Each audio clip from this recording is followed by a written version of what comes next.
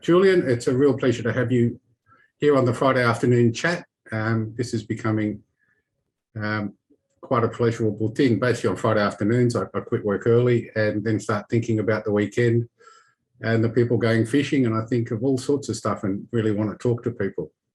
Over the years, we've had lots of conversations in many parts of the world, and I learned an awful lot from you. We've had a bunch of arguments, which is the way I get educated. It's sort of play the devil's advocate, and that probably won't change. And I guess today I'm happy to ask you a bunch of questions, which will probably sound a bit like probably an interrogation. And I guess there's a lot of interrogations going on around the world at the moment, so we'll see what happens. Yeah, well, I'm happy to be here, Pete. And, Friday afternoon's a good time for me too. And we should have maybe poured a beer, but that's all right. I can have one later on. And we certainly have got together in lots of places all around the world. And fire away. And I'm not suggesting that I'll know all the answers, of course, but let's see how we go. Well, that's probably part of the first question I'm going to ask you. Anyway, we're talking this afternoon to Dr. Julian Pepperell, who is a Bachelor of Science with honours, PhD, so we can call him Doc. He's actually got the Conservation Award from the International Game Fishing Association in 1999, and in 2019 has been inducted into the IGFA Hall of Fame. And more recently, last year, the Oceania IGFA committee has been formed. I'm actually on the education committee, and Julian is on the conservation, I believe. Is that correct? Well, I'm advising the conservation committee, yep. That's a good way of getting out of the arguments. Good on you, Julian.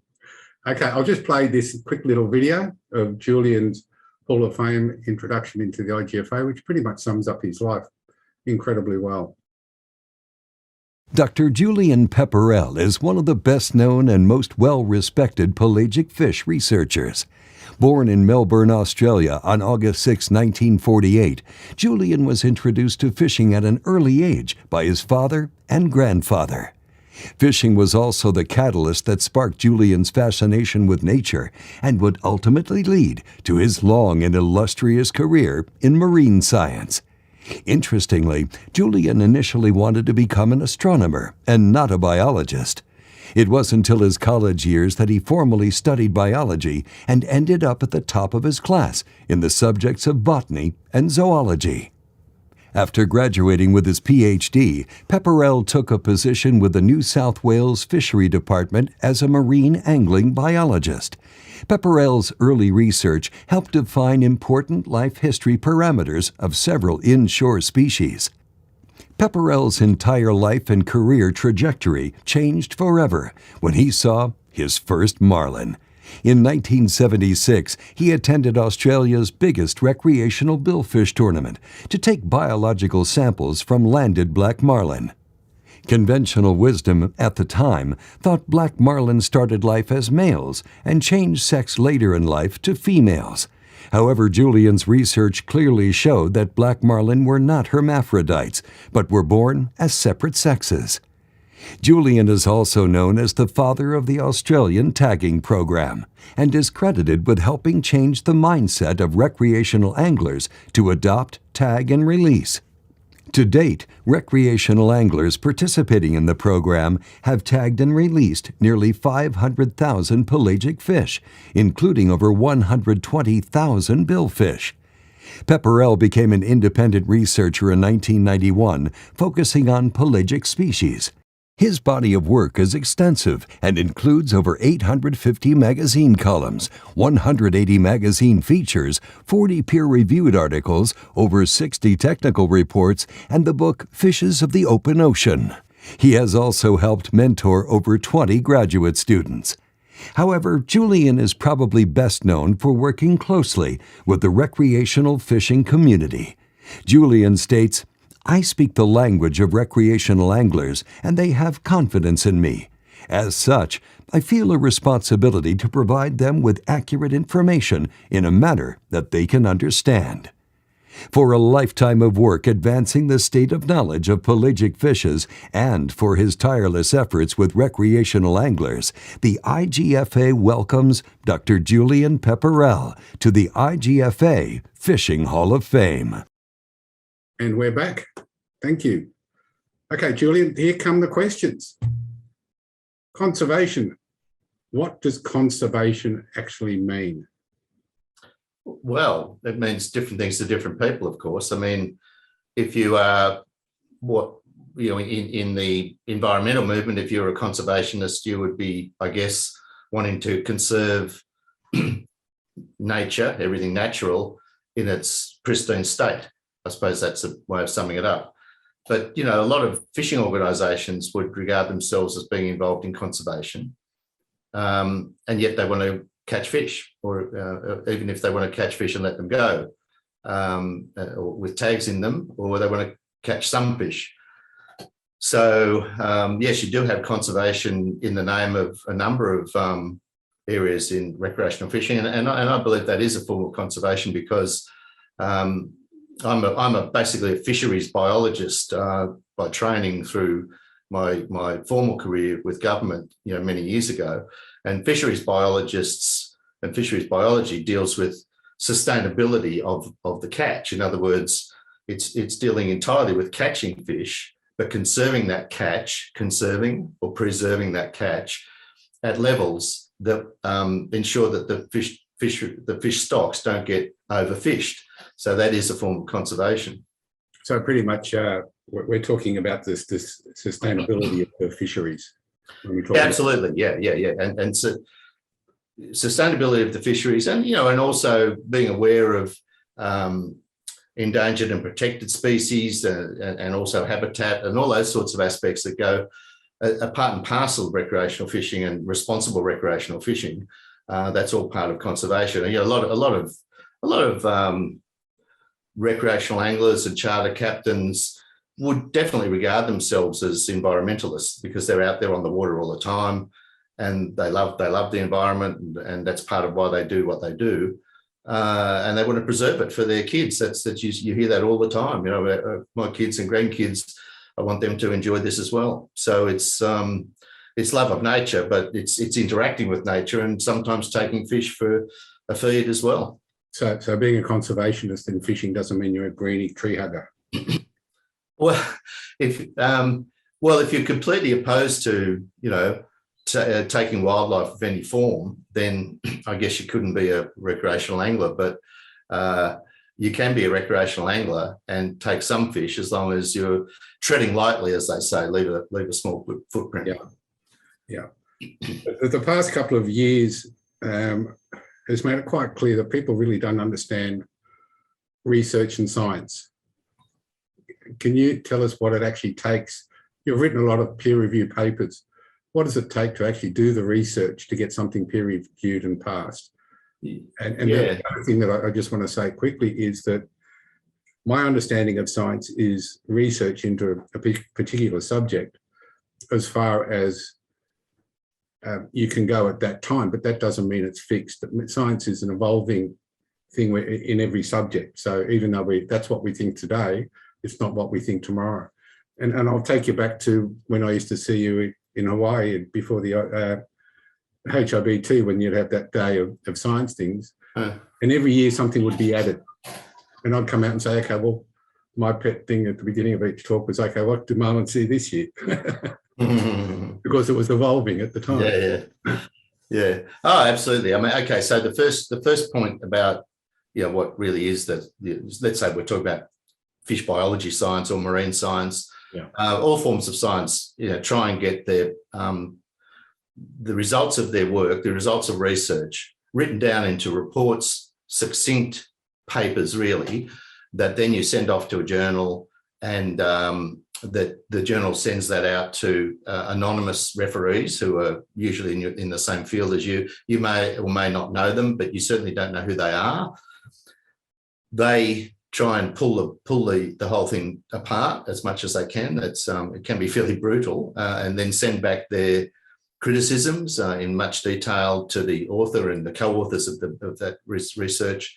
And then there's a rebuttal and go back and forth process of defending maybe or accepting the criticisms, and eventually the editor of the journal will decide whether that paper should be published. And if it is published, then it's what's called peer review, because it's your peers are your colleagues and known and unknown to you that have reviewed the paper. And so it's meant to be sort of, a very tight system of the way that science gets published. Of course, and you make a very good point. Lots of science gets published that is then changed through time. So that your example of what are marlin seeing this year, as you know, the history of studies of the eyesight of billfish were started off by the Japanese in the 1960s, and they used fairly primitive equipment but they had access to plenty of very fresh fish on longliners. There were a lot of.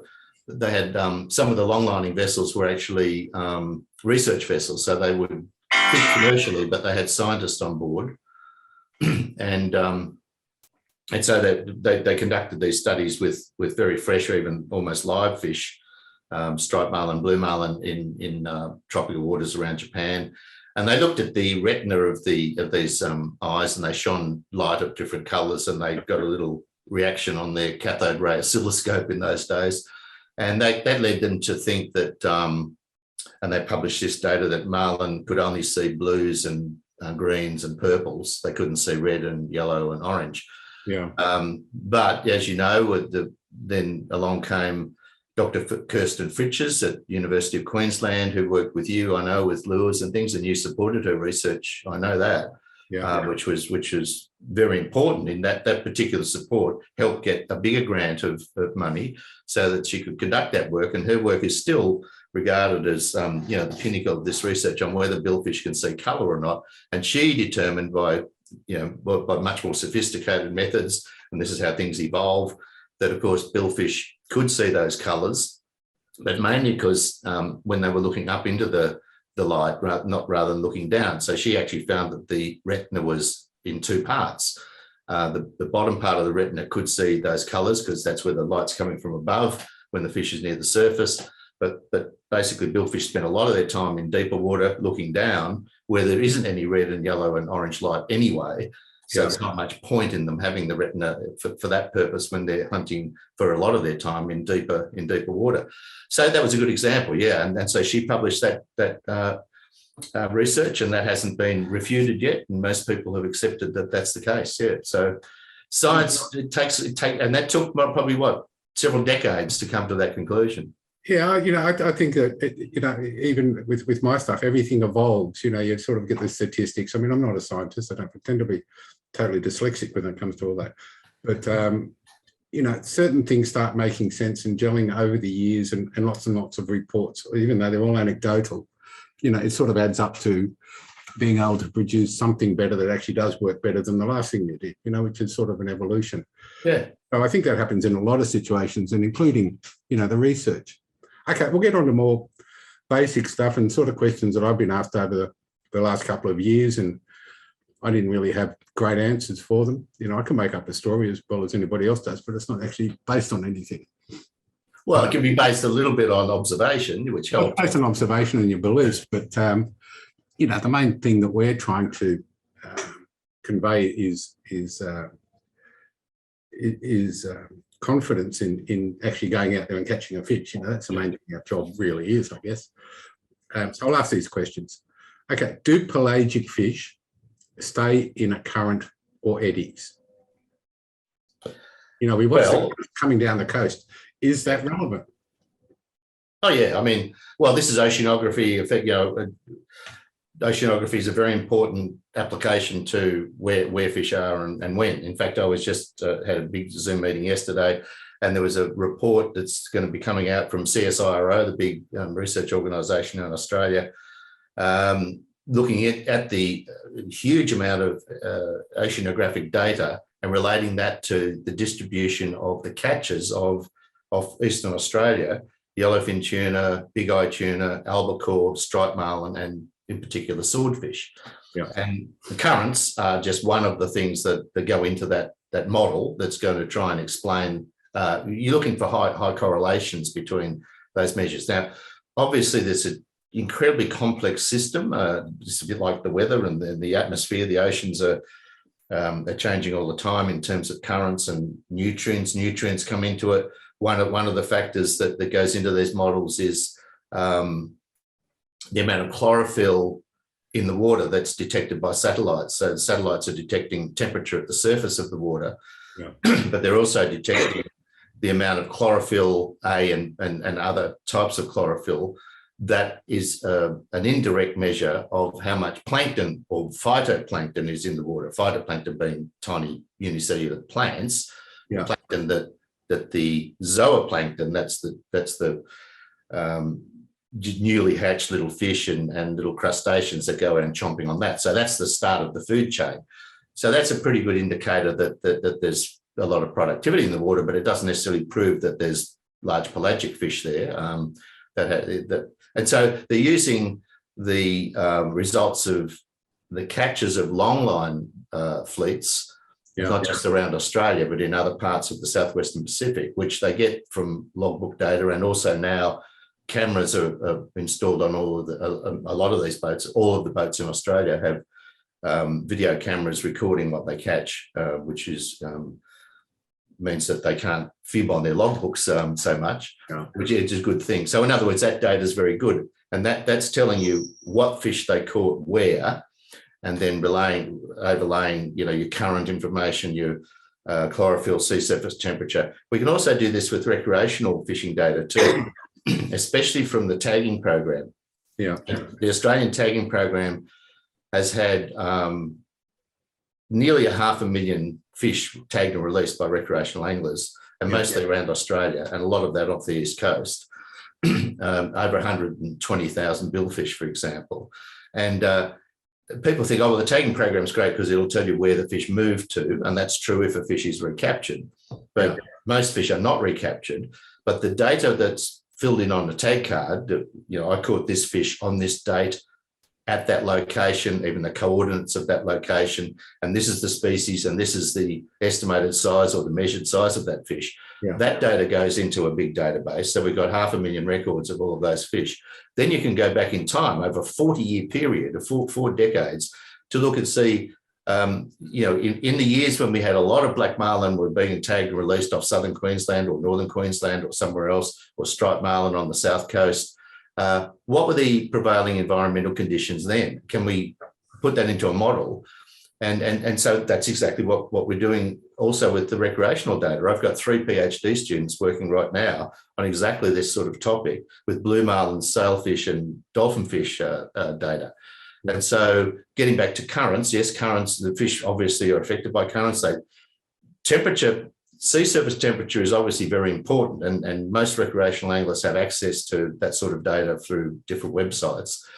And we're looking for, as you know, warmer water and where the two bodies, masses of water, there's a boundary between them. We look for those sorts of things. But very interestingly, it looks like that's just a signal of what's going on below the surface. And so watch this space in the next few years to see, with all of this sophisticated equipment, which is measuring temperature and all of those other parameters in a vertical way below the surface, that this will change our understanding of why pelagic fish are moving in different areas and why they prefer certain areas. It's not just the little thin layer at the surface. So pretty exciting area, to be involved in. I look forward to seeing it first if you can arrange that. That'd be good. Just before Port Stephens tournament or something like that. Yeah, exactly. Yeah. Okay. The next one sort of comes into that. Guys like you and me at our age, when we hear there's a La Nina coming, we get our gear ready because it's going to be historically a red hot season. Yet the La Nina this year off the east coast of Australia has been a dud, and New Zealand's absolutely blitzing it. And not during a La Nina, we get them all, and New Zealand gets them during a El Nino. So it's really interesting. So the question is why?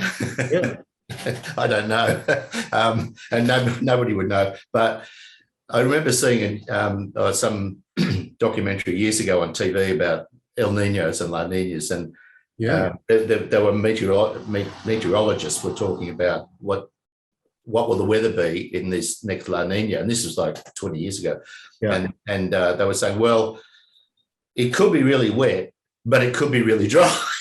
Because sometimes we've had the La Ninas when it has been either way. but mostly, in other words, there's no predictable, no hard prediction. This year, it certainly was very wet, incredibly wet.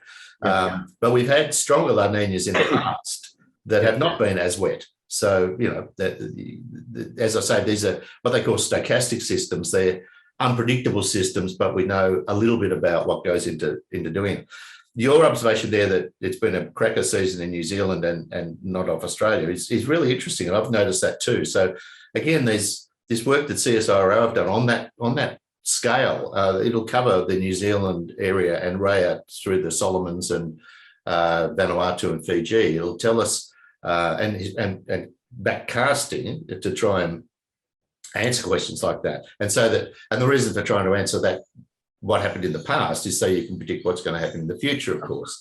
I mean, the season off, and well, we're in mid-March at the time we're talking, and so the season's still got a fair way to go in New South Wales and Queensland, southern Queensland, as regards blue marlin, striped marlin in particular. We'll wait and see what happens, but I got the impression that I heard that the water temperature off central New South Wales was extremely warm, and it seemed that the striped marlin had moved south because maybe they didn't like that sort of warm water. And then so that the interclub tournament that just happened, where I was down there doing some research with some students, and there was, as you say, it was really dead for the first 2 days of the tournament. It was a 3-day tournament. But on the last day, some of the good marlin boats had gone looking for bait, and they finally found some bait out of the shelf, and there was a lot of striped marlin associated with those. They weren't at the usual car park situation, which is an underwater canyon which drives nutrients up and that holds bait fish, and the striped marlin and everything else comes in to feed. That wasn't there, but there was. The marlin had turned up. The beauty or the frustration of studying pelagic fisheries and fish is that they are so highly mobile, as we know. They don't have to stay in any place for any time at all. Sometimes they do. Sometimes they do for quite long periods, which is very interesting. The other interesting thing is that they do tend to come back every year. Not all the fish, but some of the fish we know through tagging programs and electronic tagging. They certainly come back to the same place year after year. And we had a situation with a woman called Teresa Brasling in New Zealand who actually caught a striped marlin on a certain lure on a certain day. This goes back to a few years. And the next year she caught exactly the same fish on exactly the same lure in exactly the same place on exactly the same day. Well, there's quite a few examples of that. There was one, I remember my first example was Bob Townsville off Cape Bowling Green. Years and years ago, a guy took his girlfriend out for a birthday, and she caught a sailfish, and sure enough, the next birthday, she caught the same sailfish on her birthday. And my other really amazing example of this was not just we've had recaptures after 1 year, but also 2, 3, 4 years. There was a sailfish off Broome in Western Australia. A lot of sailfish are tagged there. Not a lot of recaptures. Once they've moved, and they seem to move away because they're not there all year. We've had a number of recaptures after 1, 2, 3 years. We had one sailfish that was recaptured after 7 years, 3 miles from where it was tagged. Incredible. Pretty well exactly 7 years later. Really interesting. So they're very mobile, and they can go wherever they want, and they've evolved to find food and to find their mate, to spawn at the right time, at the right place, so that their larvae, when they hatch, which they hatch as very billfish, as we know, and all tunas, their eggs are very small, only maybe the size of a pinhead, and then they hatch into a little tiny larva, which might be only a couple of millimeters long. And the larvae of all these fish have got a giant mouth and a great big eye, so they start feeding straight away. So it stands to reason that evolution has evolved the spawning behaviour and of the adults to be detecting the environmental cues around them, so that they will put their larvae in a place where there's plenty of food. Absolutely. Okay, well, thanks for that. Okay, the next one. Does recreational fishing have a major impact on pelagic fish numbers to any great extent? It's interesting. I'm trying to think of examples where it might.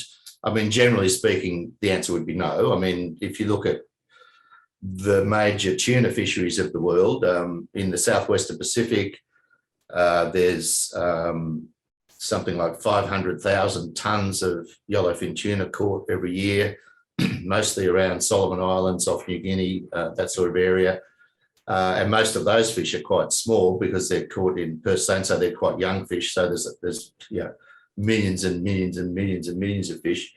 The amount of fishing that for yellowfin tuna that the recreational sport fishing activity in that general, in the whole southwestern Pacific would be just a drop in the bucket. So that's obvious.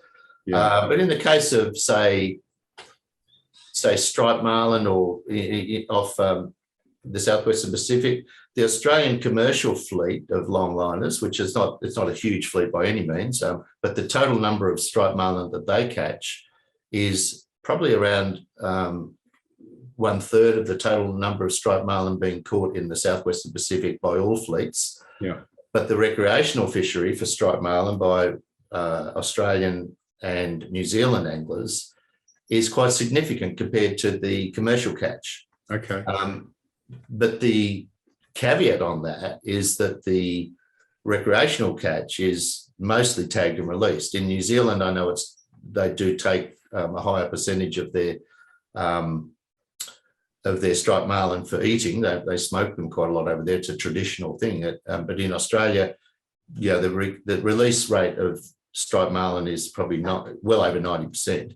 Yeah. So even though we're catching a pretty high proportion of the total Australian catch, maybe 30 or maybe 30%, we're letting a lot of them go. So then how many of those die? That's the other thing. So the post-release mortality of the recreational catch is important to know what that post-release mortality is, so that you can feed that into the models of what's been caught. But in the case of striped marlin, that post-release mortality is an important input into the stock assessments of striped marlin. So we had to provide estimates of that to the stock assessment boffins, the computer modelers that produce the stock assessments. And so, then that's where recreational anglers have been incredibly helpful with getting pop-up satellite tags into striped marlin in both Australia and New Zealand. The purpose of that is not to measure necessarily post-release mortality, but it's mainly to look at their actual movements from A to B and the depth that they swim and the temperatures and things that they like. Yeah. But the side benefit is that we do get a pretty good estimate of the percent of marlin that die after release. And if you want to ask that question, I'll tell you the answer. Well, what do you think it is? Well, these pop-up satellite tags have been terrific. They will tell you if you put a pop-up satellite tag into a marlin, when that tag comes to the surface, if it does, it will tell you if that marlin died or it didn't die. By all sorts of, we could go into that. It's fairly detailed. Yeah. It can tell you if the marlin floated or if it sank to the bottom, or if it got eaten by a shark, if the shark happened to swallow the tag, which, believe it or not, happens more often than you would think. Yeah. And then the shark regurgitates the tag, you can tell that happened as well. Now, over the last 20 years or so, with this availability of these expensive pop-up tags, there have been a lot of marlin tagged and billfish, 6 species have been tagged with these tags. So there was what they call a meta-analysis was done on all of the data from all of these studies, fed into a computer from striped marlin, black marlin, blue marlin, sailfish, and white marlin to see from all of those studies what percentage of marlin, rule of thumb, die after release if they're caught under normal recreational fishing methods. And the answer is about 14%. It was quite interesting that it was a fairly similar answer for all of those species across the board. Okay. In some studies, it was higher than that, especially if they're using J hooks. Studies that use circle hooks, the mortality was very low. One study where they tagged 20 white marlin off Virginia or off the eastern United States anyway, 20 white marlin using circle hooks for release and 20 using J hooks. There was 0 mortality on circle hooks. And I think 4 out of the 20 died from J hooks. Yeah. So all of those studies, both piled together and taking into account all these nuances and variables, it came up about 86% survival rate.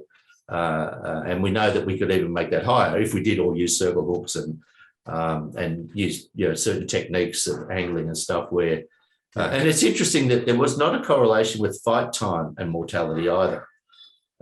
You would think intuitively that the longer the fight time, the higher the mortality rate would be. But it didn't come out like that. It mainly because quite a few fish that did died after quite a short fight. Now, why that is, who knows? But it was an interesting result. Yeah, that's quite remarkable. Was that study done by Stanford University?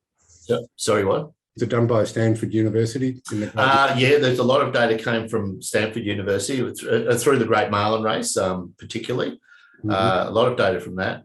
And quite a bit from a colleague of mine, a good friend of mine, John Graves at the Virginia Institute of Marine Science in Virginia. He's done a lot of this post-release mortality work on white marlin in particular over there. Yeah. And quite a bit off Hawaii, quite a bit of work off Taiwan, and of course, a guy called Michael Domeyer, who is an independent scientist who has done a lot of philanthropic funded research out of California, tagging hundreds of striped marlin and other species with pop-up tags, and he's got a huge amount of data. And most of the money for that research came from a guy called Packy Offield, who was on the board of the Billfish Foundation. I think he was on the board of IGFA as well. And so some of these, philanthropists have really funded this research in the recreational sphere. It's very difficult to get funding for research in billfish because they're not particularly important commercially compared to tuna. Yeah. So it's same as happened in Australia a fair bit too, which has been great. Yeah. Okay. Thank you. Next question. Do any recreational activities or methods of fishing impact on individual areas? Well, recreational fishing, you mean, or pelagic game fishing? Pretty much, yeah. You mean all recreational fishing? We'll keep it to pelagic. Yeah, let's stick to that, yeah. Well, it depends. No, I would say the answer is generally no. The beauty of pelagic fishing, and this goes for long lining as well, which is setting lots of hooks, that are on floats. Yeah. It has virtually no effect on the environment, whereas trawling and bottom fishing, anchoring, all those sorts of things can affect the environment, obviously, in a deleterious way. And this is why marine parks will have all sorts of regulations about those sorts of effects on the environment. But pelagic fishing, because we're a long way out from shore and often in thousands of meters of water, no, I mean, it's not having that impact. So the only impact it could possibly be having is on, the fish that are being caught, or bait fish, for example. But in our sphere in Australia, we don't have a huge population of recreational, game fishers anyway.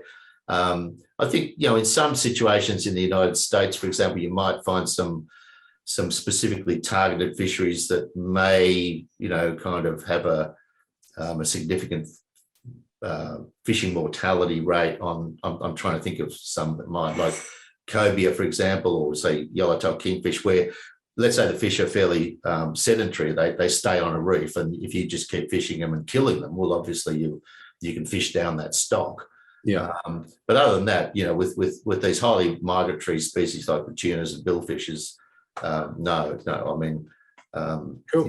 Some of the sharks might come into that category where if they are now, absolutely, you really heavily fished some species of shark, you may have some impact. Yeah. Okay.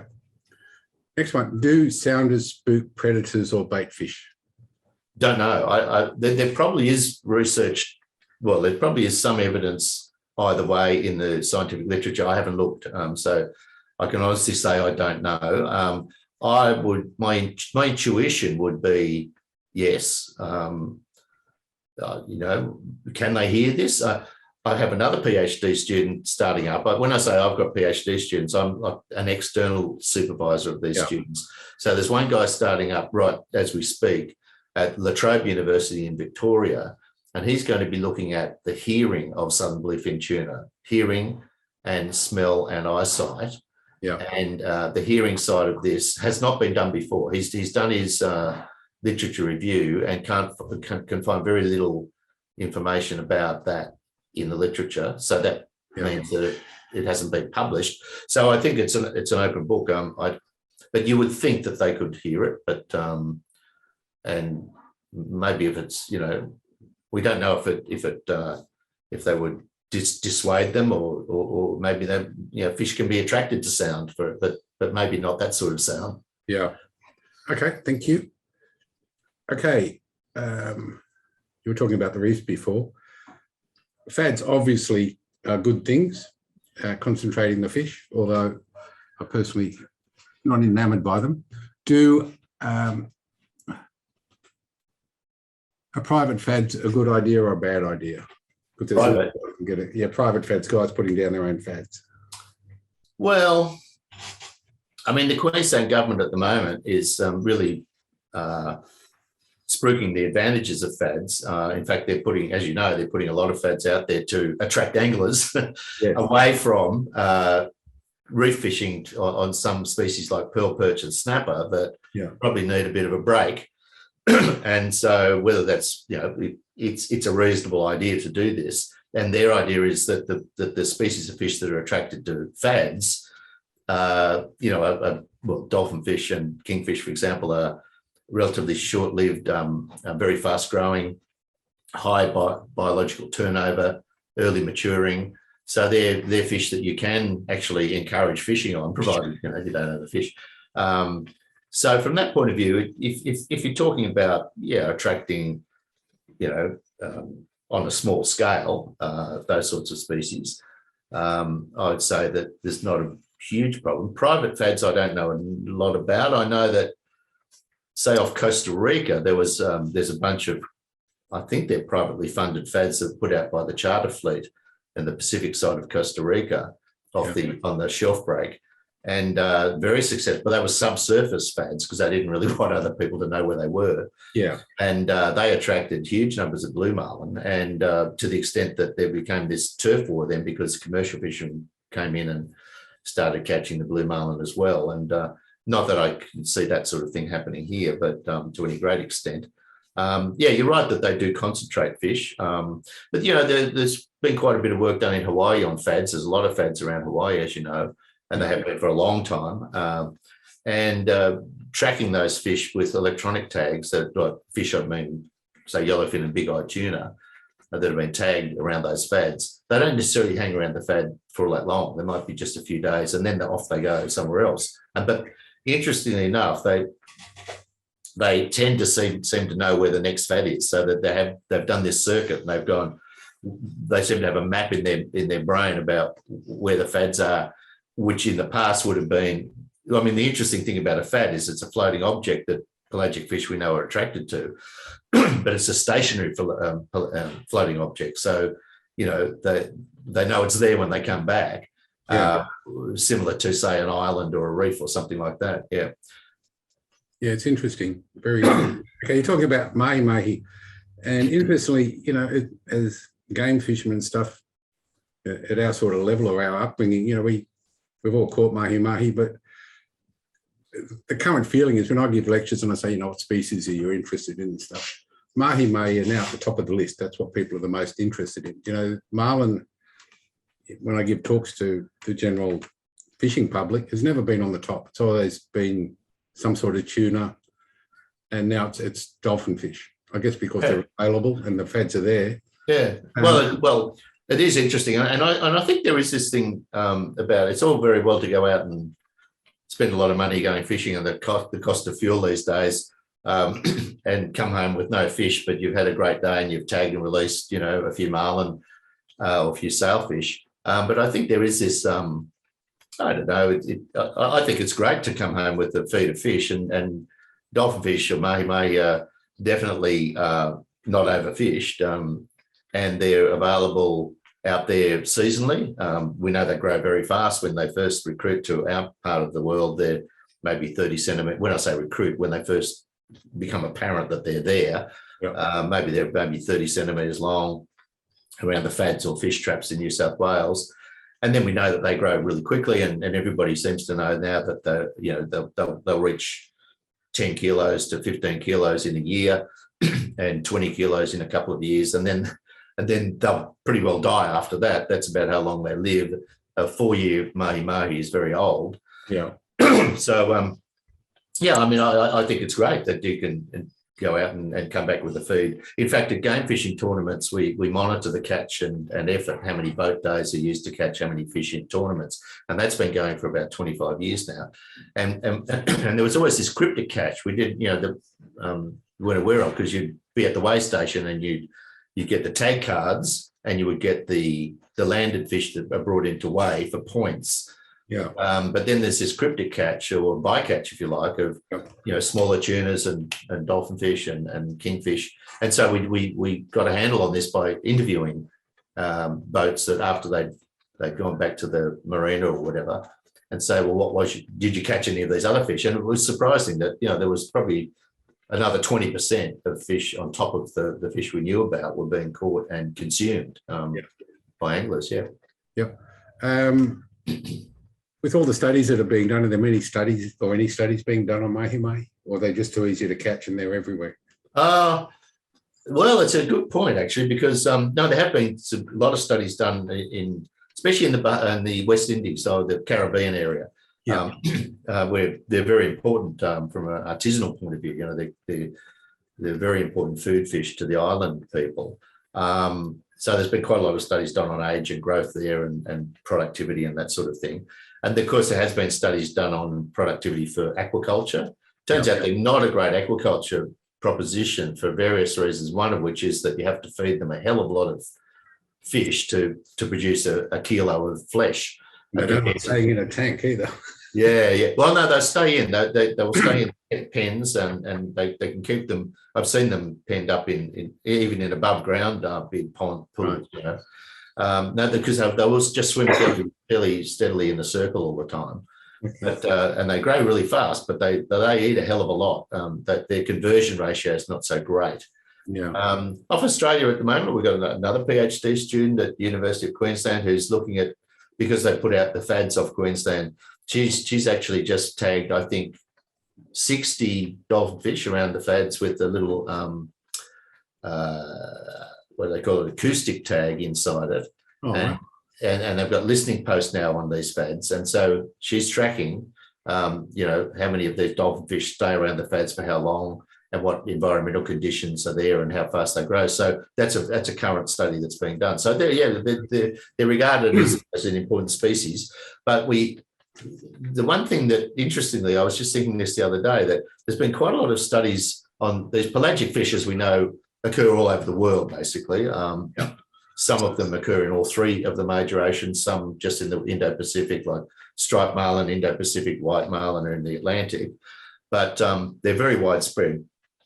So there have been a lot of studies done on the global genetics of the DNA of these fish to see whether they are in fact single species they are single species, but whether they one giant population or whether they break up into smaller populations, which is very important in terms of management.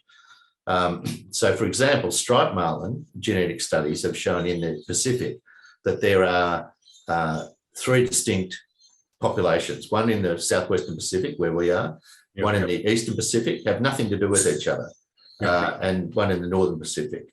You would think that there's no boundaries, but they almost certainly, because they go to their own areas to spawn, and then they probably mix at other times of the year, but they don't spawn, so that their genes are kept separate. In the case of black marlin, it looks like there's 2 populations. There's one in the southern Pacific Ocean that is contiguous between the eastern and the western, and there's a population in the north. So the equator seems to be some sort of barrier to some extent. Yeah. Dolphin fish, for some reason, I don't think there has been a genetic study done, even though they are, incredibly global. So I'm thinking I need another PhD student to do that. The genetics of dolphin fish. How many species of dolphin fish are there? 2. And do we get both species off Australia? Yeah, we do, but the other one, there is one that's more oceanic. The one we get with where the males have the big hump on their head is Coryphena hippurus. It's the most common one, but there is this other one that's much smaller. They don't seem to get much bigger than maybe, I don't know, 70 or 80 centimeters, and they don't have the big hump, and they're sort of more round. They're thicker in the middle of the body than they are. You wouldn't notice them, honestly, if you weren't looking for them. Tim Simpson, who ex-editor of Blue Water magazine, a fantastic blue water boats and sport fishing magazine, he was a very observant fisherman. He is, and he's got a great photo that he caught on the same day off the Gold Coast. Yeah, one of each of the 2 species next to each other, and the other one's called Coryphena equisitus.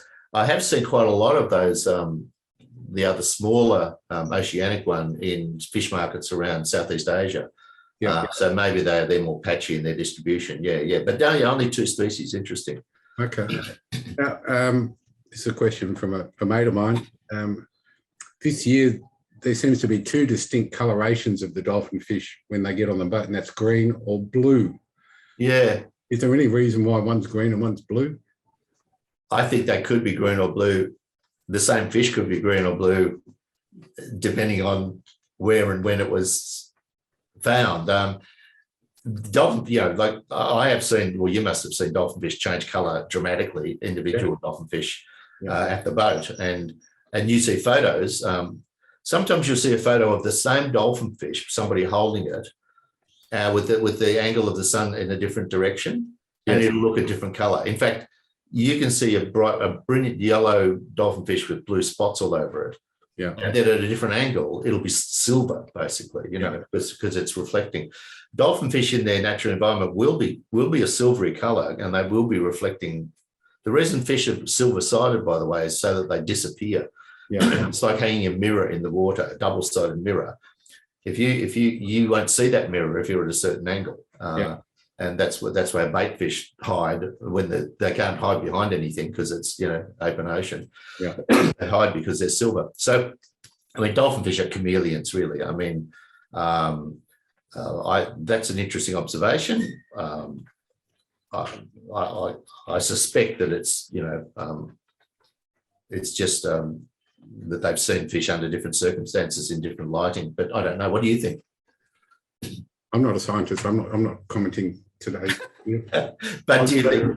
I'll do that in private discussions. Well, there's another example of this where and this might have some legs, I don't know, but there's this idea that swordfish come in 2 different colours and shapes almost. Yes. There's a pelagic purpley, white underneath pelagic coloration, and then there's the big fat brown ones, and there might be something in that, in that swordfish when they are travelling may well be leaner, and but when they're sort of hanging around in a good paddock, if you like, an undersea canyon or something, then they're feeding up. Then they don't need those colours because they're not at the surface that much. Because the pelagic coloration again is a form of camouflage. It's that counter shading makes them all sort of uniform colour if viewed from the side. Or uniform shade anyway. So I mean, I like these sort of observations from fishermen.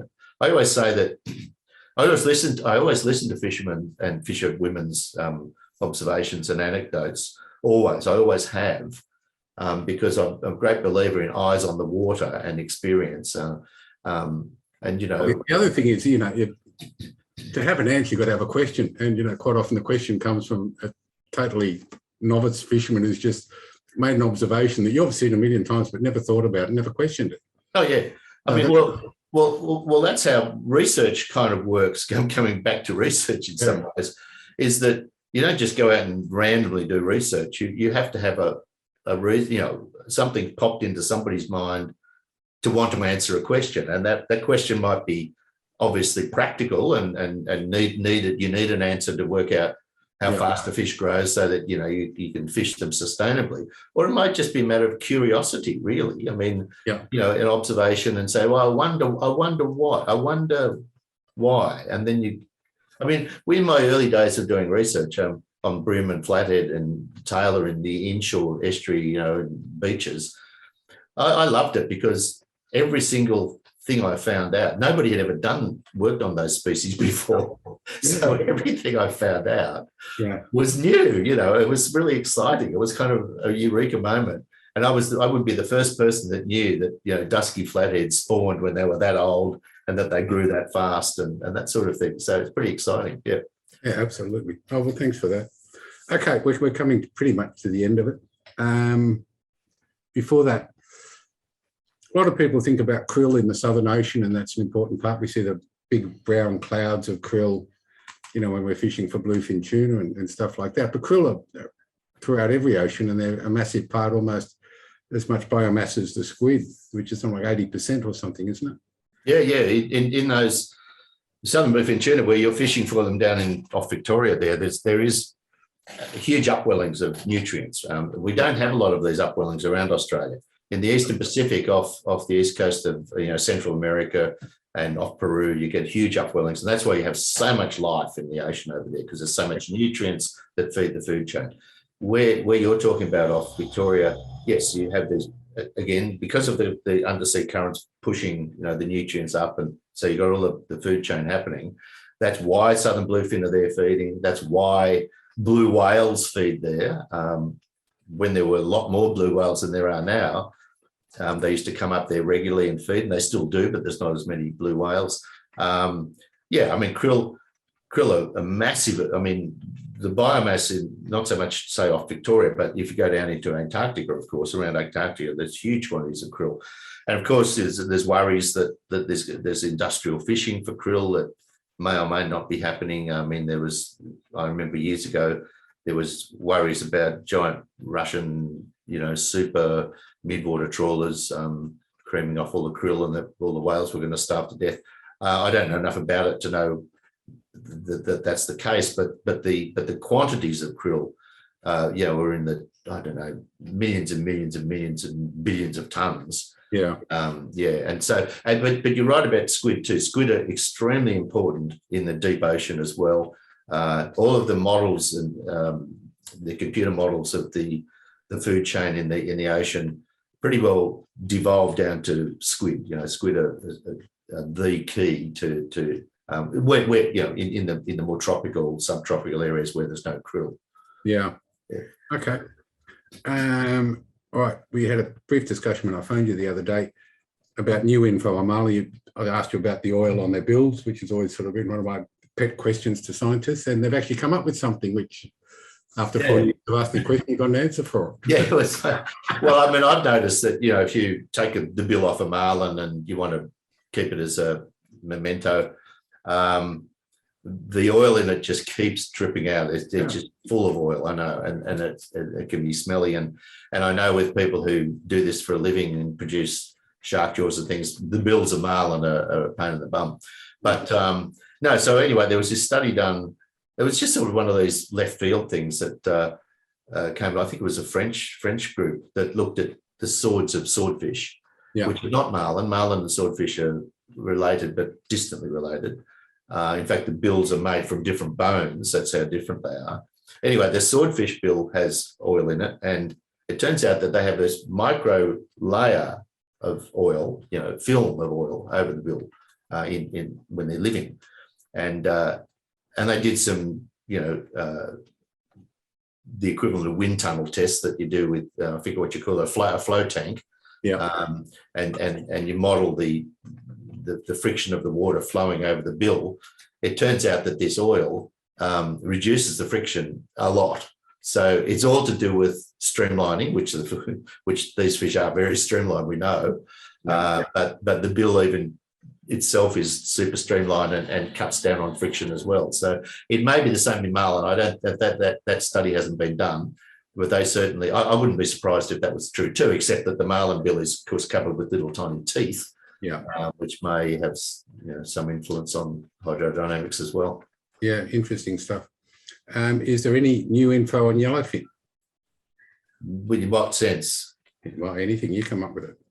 New info on yellowfin. Well, we know a fair bit about yellowfin because, as I said, they're terribly important commercially. So they've been studied for a long time in terms of their growth rate, their movements. There've been a huge number of tagging experiments and things like that. What can I tell you about yellowfin? Yellowfin tuna, like I said, there's 500,000 tonnes of that order are being caught in the southwestern Pacific. It's a huge fishery. Is it sustainable? Well, it turns out that it sort of is sustainable. Every couple of years, there's a stock assessment done on those sorts of big fisheries. And yes, they're being fished heavily, but they're not being super overfished at the moment. Yeah. The one big kind of mystery with yellowfin off southeastern Australia, though, is that, as you know, when in the 80s and 90s, that was the bread and butter fish. You would go out and troll little Christmas trees and little lures, and it was nothing to pick up. You'd always pick up some school yellowfin somewhere. Yeah, and the cubing off the peak and 12 like all that. Yeah, and then years. Look, it was the bread and butter fish. Yeah. And on the tagging program, which I sort of write the annual report for the Australian tagging program, we noticed that the numbers being tagged each year, I think they peaked at about 3,500 one year in the 90s. Yeah. Which is quite a lot of yellowfin to be tagged and released, considering you can eat them too. But then it sort of dropped right down fairly quickly, and then it came up again in the early 2000s. But since then, there's been a real drop off of these little small, what was called school yellowfin, say, 6 to 10 kilo yellowfin to 15 kilos to 20 kilos. There used to be a pole fishery for them off Greenville Point. The boats would go on a pole. Yeah, the boat Ajax, we used to fish next to. That's right. Yeah, and we tagged hundreds and hundreds of yellowfin by using that method, but they just dropped out of the scene completely, out of the tagging data anyway. Yeah. So I did a study with the CSIRO guy just recently. We only finished a study last year looking at historic data on yellowfin tuna catches off New South Wales, and it was obvious that there was this drop off, and the catch per unit effort, the catch per boat day had dropped right off. This is the smaller fish. I'm not talking about right out wide with the bigger oceanic tuna, which come and go. Yeah. But it's these smaller ones that would recruit to the continental shelf. They would stay inside the continental shelf. Yeah. What happened to them? I called the study, "Where did they go?" And the answer is, we couldn't find any correlation with any environmental cue, not La Niñas or El Niños, nothing like that. There were only two sort of possibilities. One is that the fishery up in the tropics, with that huge number of juveniles being killed each year, maybe it's reduced, shrunken the distribution of them, so that we're at the edge really of where yellowfin tuna want to be. We're at we're not the tropics, you're in the temperate water, and yellowfin tuna are a tropical species. So it could be that there's a shrink of the actual, size of not size of the population, but the distribution. Yeah. Or it could be this old story was there was a lot of fish trawling that was always done in New South Wales. And the fish trawlers would go out, and every time they came back, they would be sorting their catch, and the yellowfin tuna would follow the boats. Yeah. And that's a fact. And you would catch yellowfin, and they would be full of what they call trawler trash, the fish that were throwing overboard. And so the idea was that the yellowfin would be following the boats in, and they would just hang around, and they would be on the continental shelf, and they'd say, we might stay here. And then that fish trawling has basically stopped, and it correlates with the cessation of these juvenile yellowfin tuna being on the shelf. What was remarkable, when I guess this is going back about 15 years ago, we used to get them on a 20 fathom reef. These are like 6 to 10 kilo fish, the ones you're talking about. Yeah. In really filthy green water. Yeah. And they were so thick, you could start cubing. The first pilchard you put in there, the whole school would come up. Yeah, feed them. It does seem a bit weird that an oceanic pelagic fish like a yellowfin would be in that sort of water. And So there is this correlation with the cessation of the trawling. Now, we all know that a correlation doesn't prove cause effect.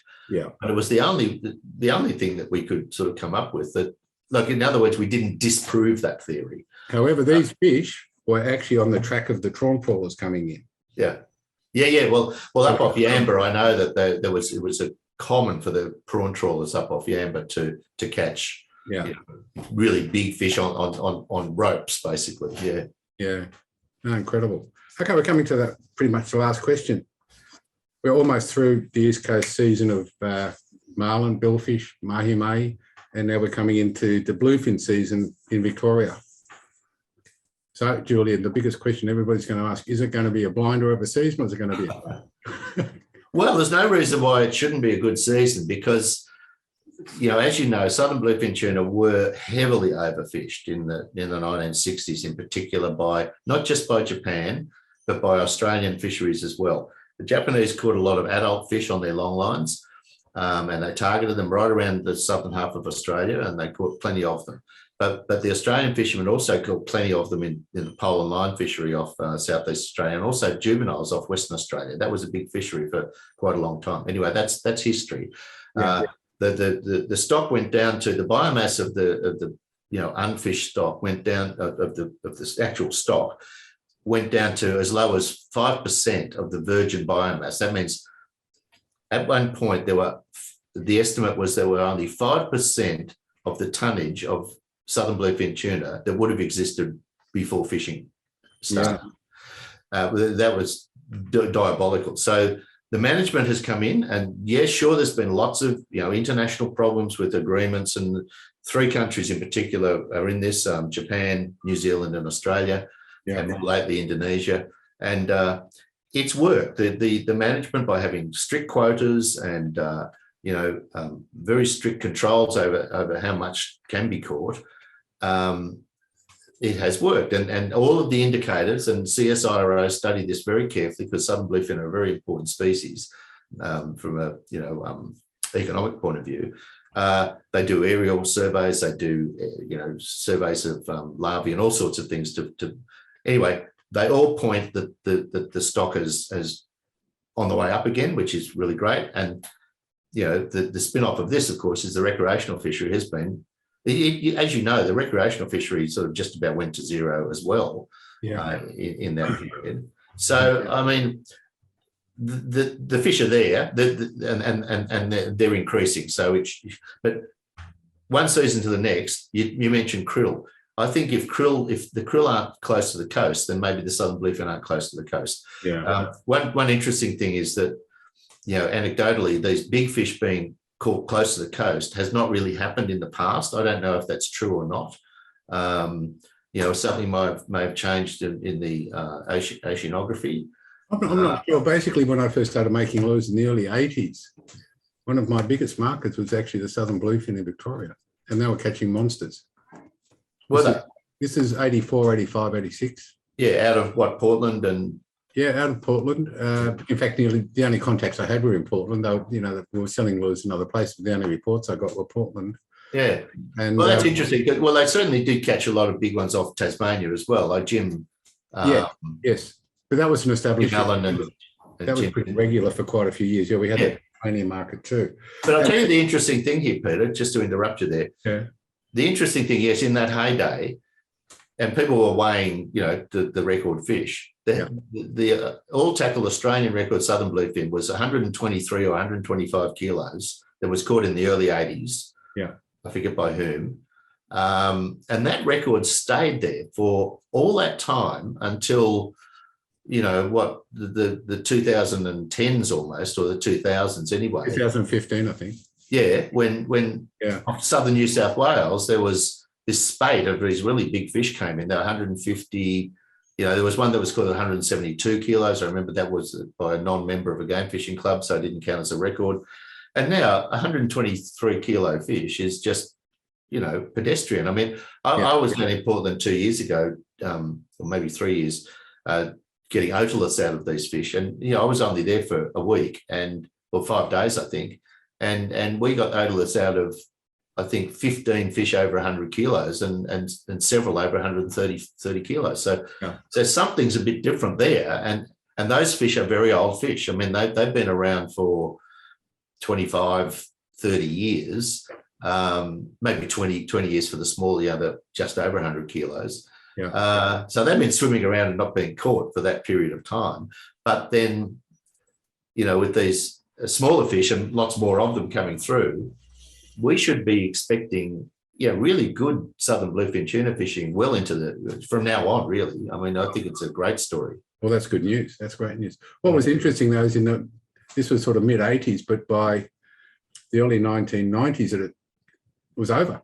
There was nothing caught. Like basically from about 1997, no, 1989-ish, it dropped dead. It just dropped dead. And I think Tasmania dropped dead to a large extent too. Yeah, there was still, commercial fishing for them off South Australia. When they started the so-called tuna farms, which are really ranches where they catch the wild fish when they're fairly smallish, and then 20, 25 kilos, and then feed them lots of pilchards and then sell them. The quota there since quota started, the annual quota for the commercial fishery is about 5,000 plus tonnes. So they were sort of catching their quota. So the schools of those smaller fish were around. Yeah, they were in the Great Australian Bight, and And what was interesting in Tasmania is once the bluefin kind of stopped, they were catching yellowfin and striped marlin. Well, sometimes, when the water warmed up that much, but that was intermittent. It's interesting that I remember with tagging yellowfin off, when we tagged those yellowfin with Ajax and some bigger fish, we had recaptures in Bass Strait off the oil rigs in one particular year when there was a big tongue of very warm water that came down into Bass Strait, and the yellowfin were with that. The yellowfin tend to stay behind the front of those water masses of about 21, 22 degrees. They don't particularly like it. I know you'll find them in cooler water, but the majority of them would be behind that front of 21, Well, that's it, Julian. Thank you very much for your time. We've spent just about an hour, and thank you. Greatly appreciate it. Oh, it's been great. I've enjoyed it. It's I always like talking about fish, as you probably know. Yeah. Oh, thank you, Julian. All the best. Cheers.